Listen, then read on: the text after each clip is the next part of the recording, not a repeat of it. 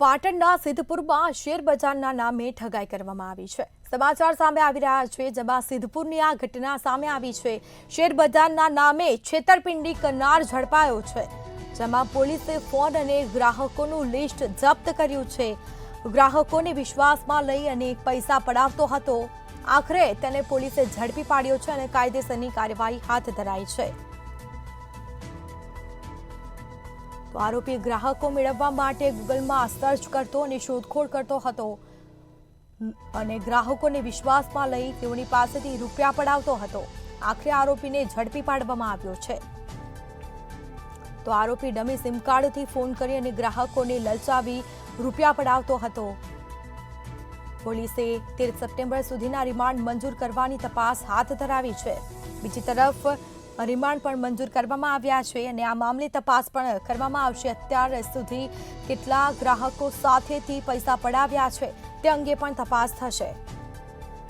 તો વધુ વિગતો સાથે સંવાદદાતા પ્રવીણ દરજી ફોનલાઈન પર જોડાઈ ગયા છે। જી, પાટણના સિદ્ધપુરમાં શેરબજારના નામે ઠગાઈ કરવામાં આવી છે, શું છે સમગ્ર મામલો?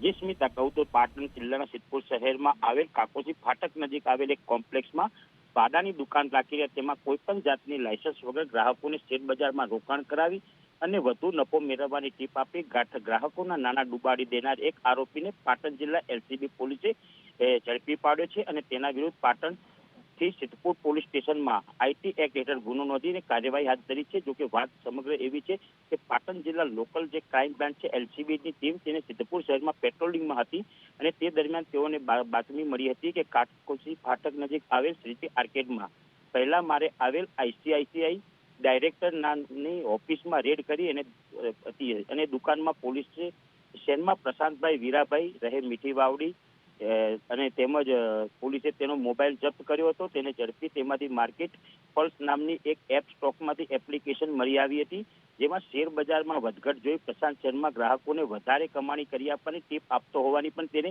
કબૂલાત કરી છે આરોપીએ। જોકે પોલીસ તેની પૂછપરછ કરતા તેની પાસેથી સ્ટોક બજારનું કોઈ પણ પ્રકારનું લાયસન્સ ન હતું અને મહાવીર નામ ધારણ કરી ગ્રાહકોને થોડો નફો કમાવી આપવાની બાદમાં એકાઉન્ટ મારફતે તેને હવાલા મારફતે વધારે રૂપિયા મંગાવતા અને ગ્રાહકોને નુકસાન થયું છે તેમ કહીને નાણાં ડૂબાડતો હતો।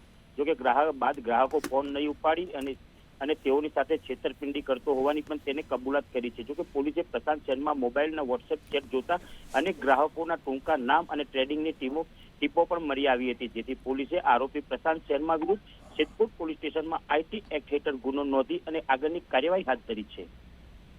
જી બિલકુલ, થી તમામ જાણકારી આપવા બદલ આપનો આભાર। તો પોલીસે ફોન અને ગ્રાહકોનું લિસ્ટ પણ જપ્ત કર્યું છે। સમગ્ર મામલે રિમાન્ડ મંજૂર કરવામાં આવ્યા છે અને તપાસ પણ કરવામાં આવશે। ગ્રાહકોને વિશ્વાસમાં લઈ આરોપી રૂપિયા પડાવતો હતો અને આખરે તેની ધરપકડ કરવામાં આવી છે।